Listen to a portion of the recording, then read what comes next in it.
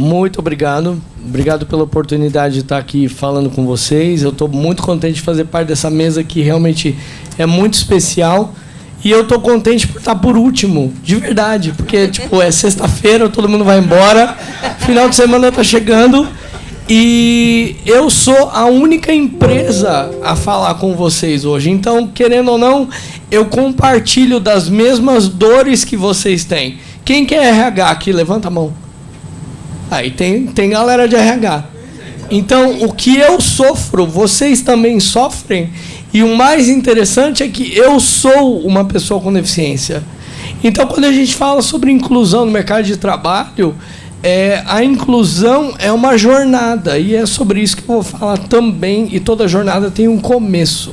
Fernando, vai. Então, a minha jornada começa em 1982. Eu nasci em agosto e eu estava sendo esperado para chegar em outubro. Só que essa antecipação aconteceu sem os meus pais saberem, ninguém esperava. Então, meu quadro é congênito, eu tenho paralisia cerebral. E ao longo da minha infância, como está ali nessa foto agora, eu passei por algumas intervenções cirúrgicas para conseguir criar a minha independência e autonomia. Essas palavras são muito importantes porque foi o que minha mãe colocou na cabeça dela e na cabeça do meu pai que seria necessário para eu progredir. Quando eu nasci, até eu ter uns 6, 7 anos mais ou menos, não teria tanto problema a minha mãe me dar comida, trocar minha roupa, me dar banho, mas e depois? Eu ia ser um adolescente, eu ia ser um adulto. Como seria eu ser um adulto dependendo da minha mãe ou do meu pai ou de qualquer pessoa para fazer qualquer coisa? Então, essa intervenção foi muito importante, vai, Fernando, para me ensinar duas coisas que servem para todos vocês também. A deficiência, ela tem sim um caráter clínico, como o Mauro trouxe muito bem na história dele, e eu também tenho na minha, mas é uma dinâmica social que envolve todos nós. Envolvem as pessoas com deficiência, vocês que são colegas e vocês que são RH.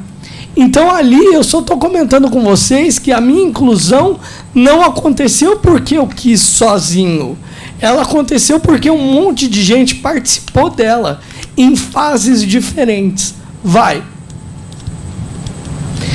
Quando eu comecei a ter um pouco mais de consciência da minha jornada educacional, a minha mãe compartilhou comigo algumas dificuldades que ela teve para me matricular. Na hora do almoço, eu conversei um pouco com uma colega que faz parte desse ambiente, e nos anos 90, na década que eu cresci, não havia nenhuma lei que protegesse o aluno com deficiência, nem o pai, nem a família, nem ninguém. Então, a minha mãe, ela sofreu algumas negativas em relação à minha matrícula, e uma delas, uma educadora genial, virou para minha mãe e falou assim: Dona Lucília, nós já temos problemas com alunos sem problemas. Você imaginou o tipo de problema que a gente teria se a gente aceitasse a matrícula de alguém como seu filho? Nós não estamos nem preocupados e nem interessados em fazer a inclusão dele. Por sorte, depois de um tempo, a gente encontrou o colégio que está ali naquela foto. É um colégio no interior de Campinas, São Paulo, que não existe mais, chamado Instituto Educacional Parthenon. No Parthenon, eu comecei a fazer teatro.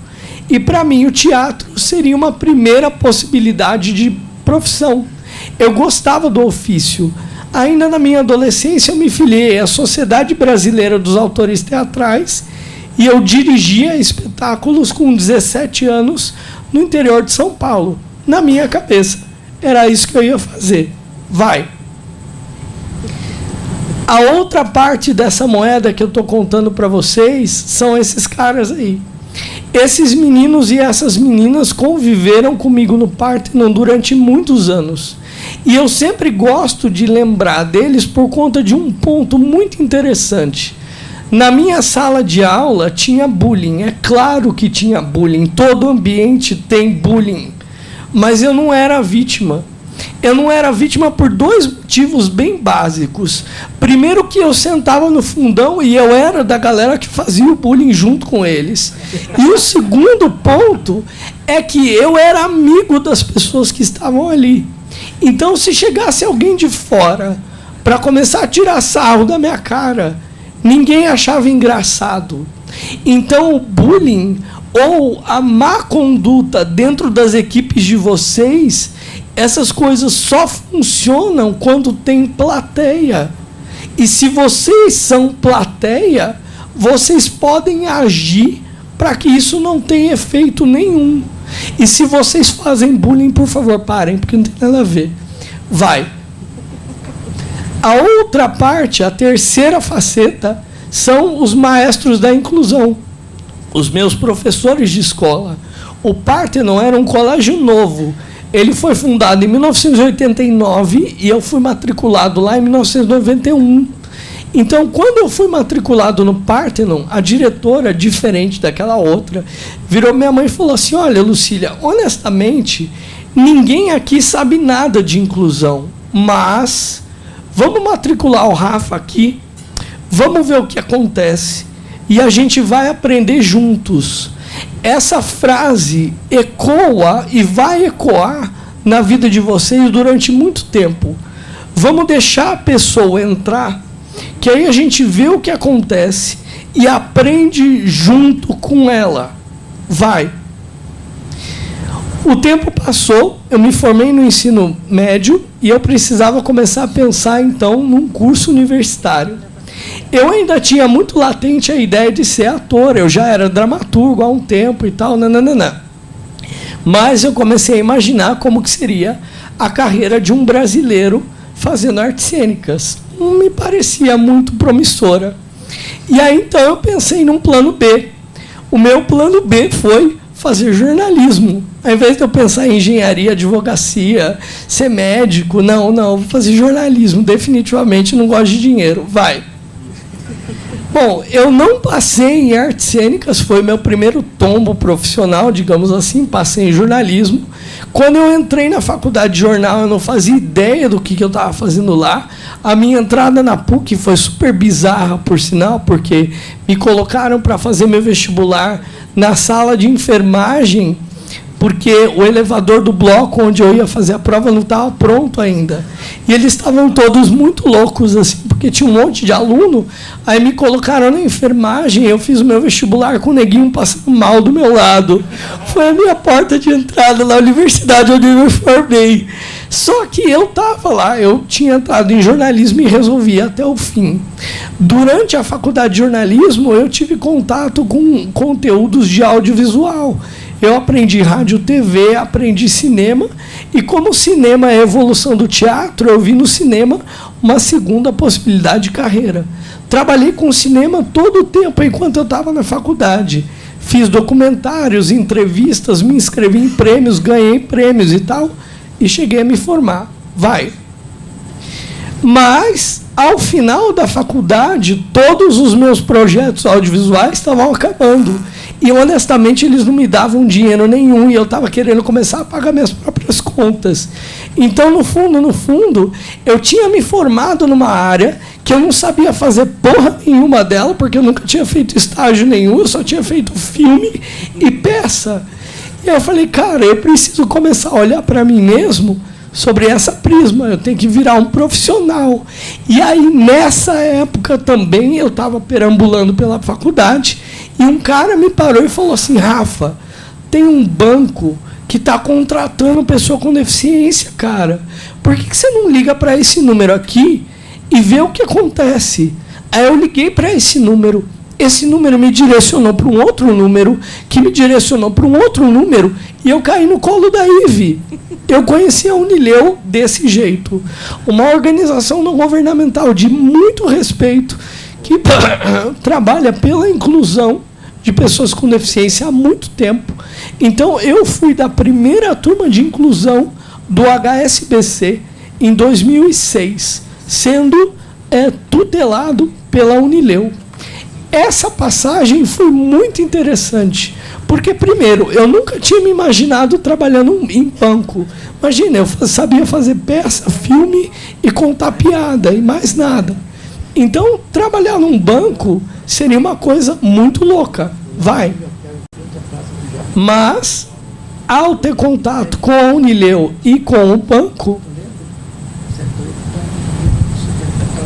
eu entendi, olha só que beleza, eu entendi que havia área de responsabilidade social dentro do HSBC. A área de sustentabilidade era uma possibilidade mais próxima a tudo que eu tinha feito antes. Então, eu conheci a gerente da área e comecei a encher o saco dela para me contratar. Fiz coisa voluntária para ela, fiquei no pé dela durante muito tempo, até que ela chegou e me contratou. E ela viu as qualificações que eu tinha, gostou, ela foi com a minha cara. E, ao conhecer essa área, eu me encantei pela sustentabilidade. Então, eu puxei o meu segundo diploma. Eu fiz um MBA em Gestão Social e Desenvolvimento Sustentável. Vai. Durante muito tempo, eu acreditei que eu ia conseguir trabalhar com essa área, trabalhar com sustentabilidade. Mas eu fui convidado para ir para uma outra área do banco, para lidar com atividades de comunicação interna. Foi o meu terceiro tombo profissional. Eu recebi esse convite, comecei a me dedicar para a área de comunicação interna, aprendi o beabá, e nesse meio tempo eu recebi o convite para ir para uma outra empresa com a possibilidade de retomar o meu sonho da sustentabilidade. Me chamaram para criar um programa de responsabilidade social para eles, estando numa outra equipe. No dia que eu apresentei o meu planejamento de sustentabilidade para eles, a gerente de marketing tinha acabado de chegar, e aí ela precisava formar a equipe. Ela me chamou para a equipe dela, e meu sonho de sustentabilidade foi jogado para escanteio de novo. Eu comecei a trabalhar na área de comunicação interna, da Aymara Educação. Só que a Débora, ela me deu um desafio muito interessante. Ela precisava fazer uma revista institucional. E eu nunca tinha feito revista na minha vida, eu nunca nem tinha imaginado fazer isso. E resolvi encarar o desafio.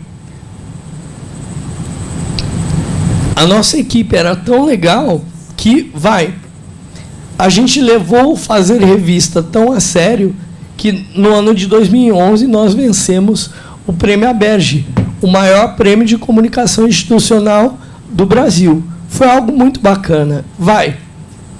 E, além de tudo isso, eu comecei a escrever para a Gazeta do Povo sobre inclusão da pessoa com deficiência.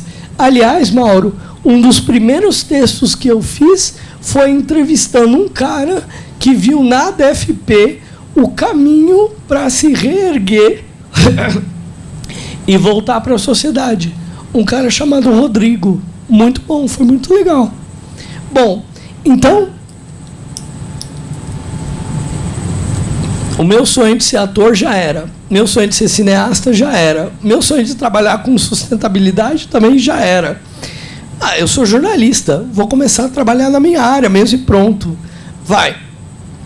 Mas, em 2010, eu preciso fazer uma pausa, porque muita coisa mudou na minha vida por conta de uma estudante. Uma estudante de medicina da Universidade Federal do Paraná.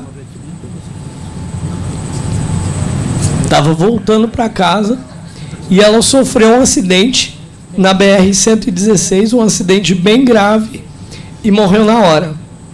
O detalhe é que essa estudante era filha do meu pai e da minha mãe, era minha irmã, caçula, e ela estava no meu carro, indo para a casa dos meus pais. Então, naquele ano, eu vi o meu pai e minha mãe enterrarem a filha mais nova deles. Bom, a resposta... Aqui eu aprendi outra lição. O problema, muitas vezes, não é o problema é a resposta. Que tipo de resposta você vai dar a um desafio como esse? A resposta que os meus pais encontraram foi essa. Eles foram para João Pessoa, na Paraíba, e foi uma escolha muito acertada. Eles moram lá há 7 anos. Então, a casa da minha mãe hoje é numa praia nordestina. E eu fiquei. Eu fiquei porque eu quis ficar com isso aqui.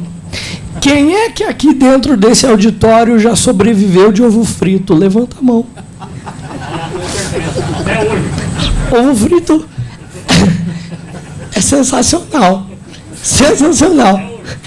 Bom, palmas para o ovo frito.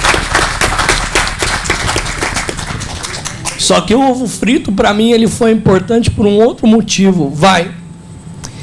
Pouco tempo depois que a minha irmã faleceu e os meus pais foram para João Pessoa, a Imará Educação fechou as portas em Curitiba, foi para São Paulo e eu perdi meu emprego. Então, na virada de 2011 para 2012, eu estava desempregado, sem família, sem dinheiro, sem emprego e quase que sem casa, porque eu consegui alugar um apartamento de uma amiga minha. Foi um período bizarro, foi muito bizarro. Foi bizarro por conta do seguinte: muita gente, se vocês já passaram por isso, eu sinto muito. Muita gente que passa por fases de desemprego pensa em empreender também, né? Não só procurar outro trabalho, mas também empreender. Isso passou pela minha cabeça. Teve uma oportunidade de uma oficina que eu fui ministrar com 2 amigos, a Mirella e o Manuel, que a gente ia falar sobre os mitos e verdades da pessoa com deficiência. E aí, o cartunista que a gente chamou para desenhar uma caricatura falou: cara, as histórias de vocês rendem muito mais do que uma caricatura. Rende tiras e tiras inteiras. Então a gente criou os Supernormais. Sou eu, a Mirella, que é tetraplégica, e o Manuel Negrais, que tem baixa visão. Os Supernormais é uma iniciativa que começou e terminou, e eu trouxe para vocês uma das tirinhas que eu mais gosto, que a gente publicou ela numa época de Natal. É um menino que ele escreve uma carta para o Papai Noel e ele diz: Papai Noel, nunca te pedi para eu andar, mas todos os anos eu espero que as pessoas se movam na direção certa. O Supernormais chamou a atenção da mídia, a gente começou a dar entrevista, a coisa começou a crescer. E a possibilidade de transformar os Supernormais num negócio ficou cada vez mais concreta para mim. Então, dessa oportunidade, eu puxei o meu 3º diploma. Eu inscrevi os Supernormais numa iniciativa de aceleração de empreendimentos e o meu 3º diploma veio do cartaz do meio.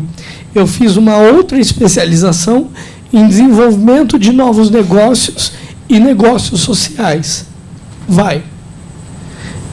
O Supernormais começou a ficar mais concreto e a gente criou produtos como canecas e camisetas. Só que vocês sabem tão bem quanto eu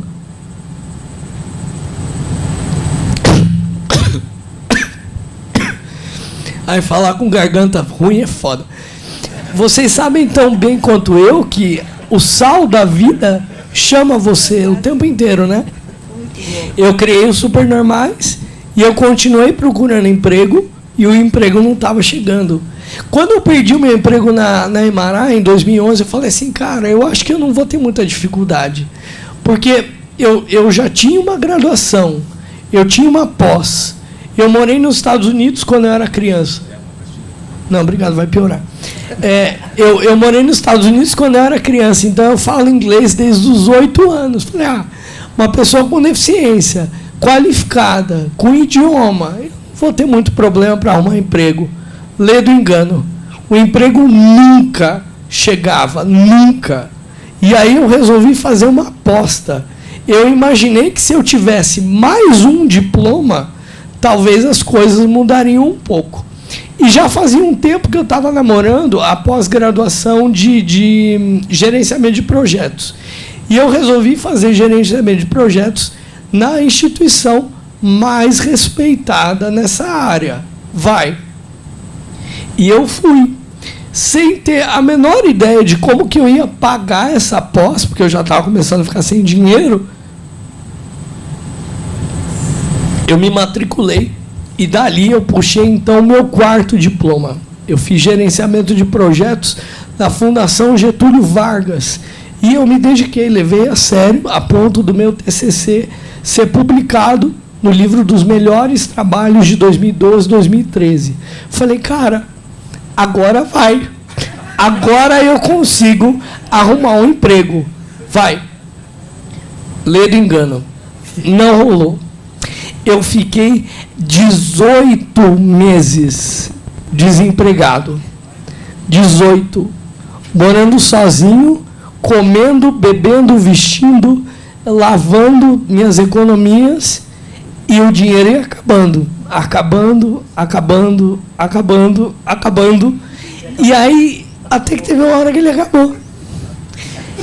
E nesse período, quando eu olho para trás hoje, eu penso em várias coisas assim. Eu estava tentando empreender e procurando emprego ao mesmo tempo. Pode ser que isso tenha me atrapalhado. Pode ser que eu tenha ido mal numa entrevista. Pode. Mas com certeza absoluta eu também fui discriminado em algum momento. Porque eu adotei 2 estratégias diferentes em relação à minha deficiência. Em alguns momentos eu não falava que eu tinha, eu simplesmente ia. E a entrevistadora tinha que lidar com isso. Em outros momentos eu falava que eu tinha. Em ambas as situações, provavelmente eu me ferrei. Porque ou o recrutador, como o Rafa pontuou muito bem agora, que a pessoa com deficiência cadeirante tem sim mais dificuldade para se inserir, ou o recrutador já me eliminava de cara, ou o recrutador ou recrutadora, quando me via na frente dele ou dela, ficava morrendo de medo, travava e não me contratava. Vai.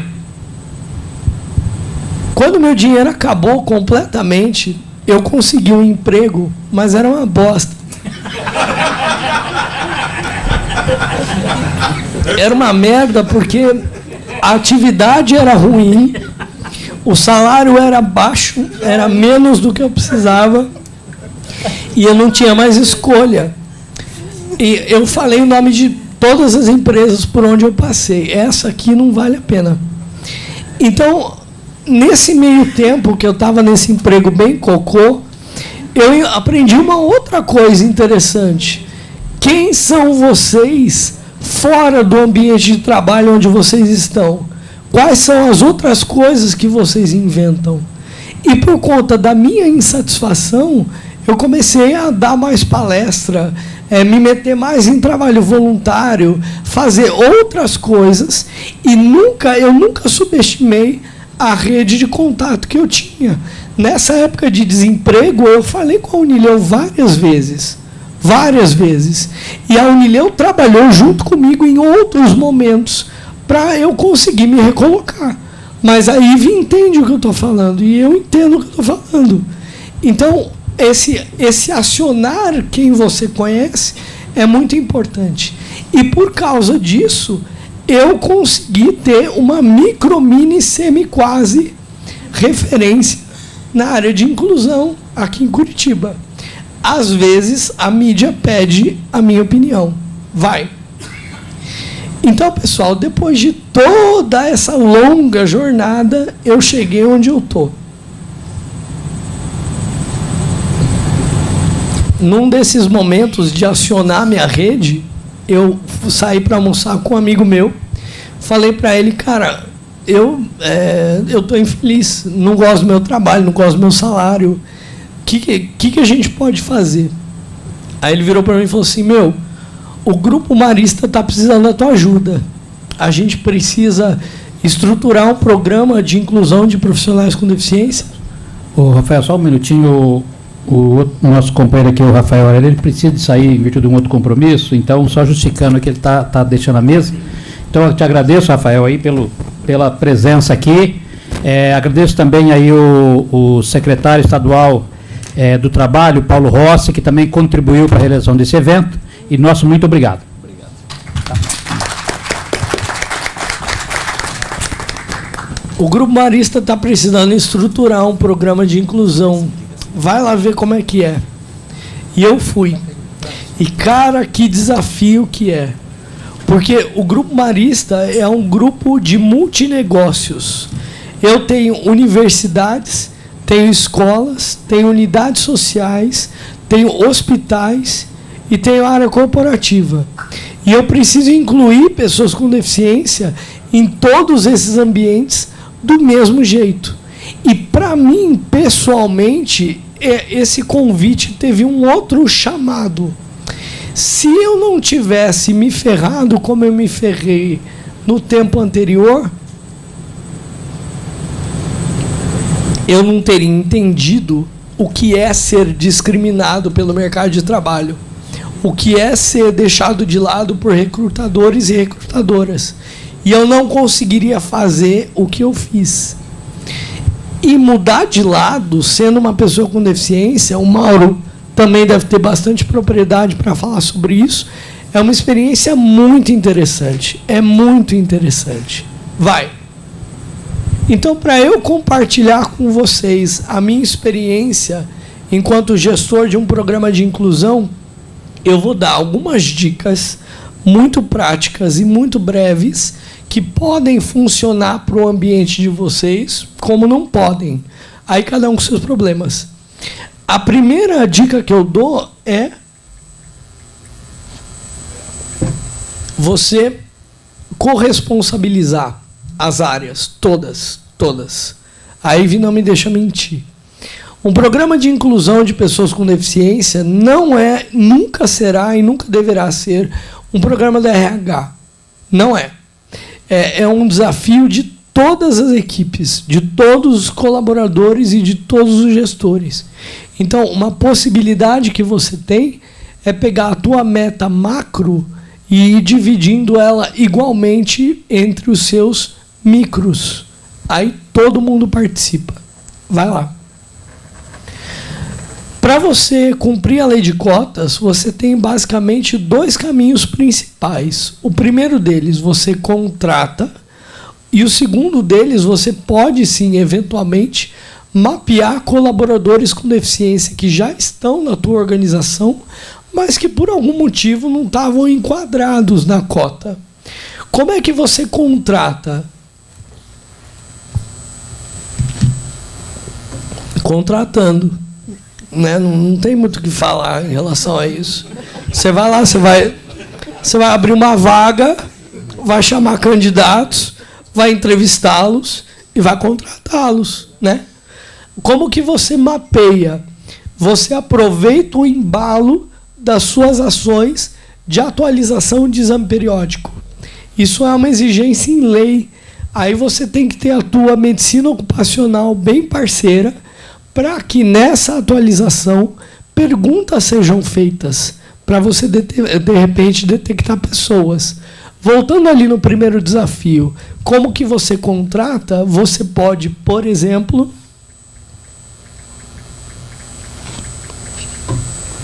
contar com um apoio altamente capaz e eficaz e competente de qualquer um dessa mesa aqui, menos eu. O Cine, a APAI, a Unileu ou a DFP têm ferramentas e mecanismos que podem ajudar vocês a encontrarem candidatos. Isso é muito importante. Eles te ajudam a encontrar candidatos. O resto, eles também te apoiam, mas depende muito de você. Vai. Por quê? Porque você precisa passar a ter as políticas do seu programa em dia. Tem 3 coisas ali que eu faço que eu acho que dá para compartilhar com vocês.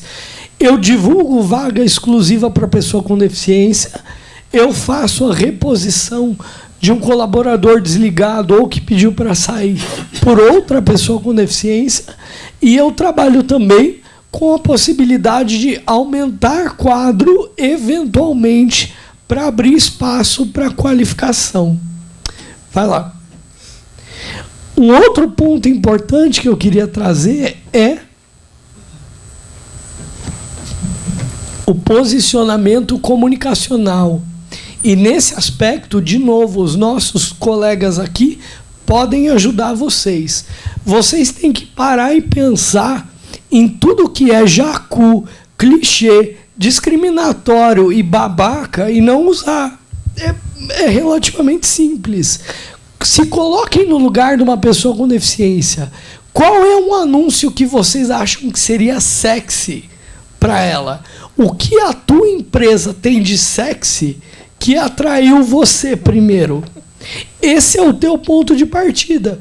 Eu trouxe 3 exemplos de comunicação que a gente usava, não usa mais. O primeiro é bem óbvio, só dizendo que eu quero contratar pessoa com deficiência. Os 2 têm 2 frases que eu gosto muito. Uma delas é: acolhemos a diversidade, acreditamos no talento. E a segunda é: forme uma cultura inclusiva conosco. Isso é sensacional. O Mauro trouxe muito bem, a Ive também trouxe e a minha colega aqui da PAI também. Sem a pessoa com deficiência, não vai rolar. Ela é protagonista dessa transformação cultural. Então, eu não estou chamando o cara para trabalhar comigo. Eu estou chamando ele para formar uma cultura inclusiva dentro da minha empresa. E funciona. Vai. Processo de entrevista, a única coisa que eu tenho que falar sobre isso é pergunta. É a única diferença, pelo menos na minha experiência. O teu recrutador tem que fazer mais perguntas. Foi interessante eu ter contado a minha jornada pessoal para vocês, não foi? Vocês me conhecem mais, não conhecem? Vocês sabem mais das minhas potencialidades, não sabem? Candidato com deficiência, a mesma coisa. Você precisa perguntar mais por 2 motivos. Primeiro, para conhecer o cara melhor. Segundo,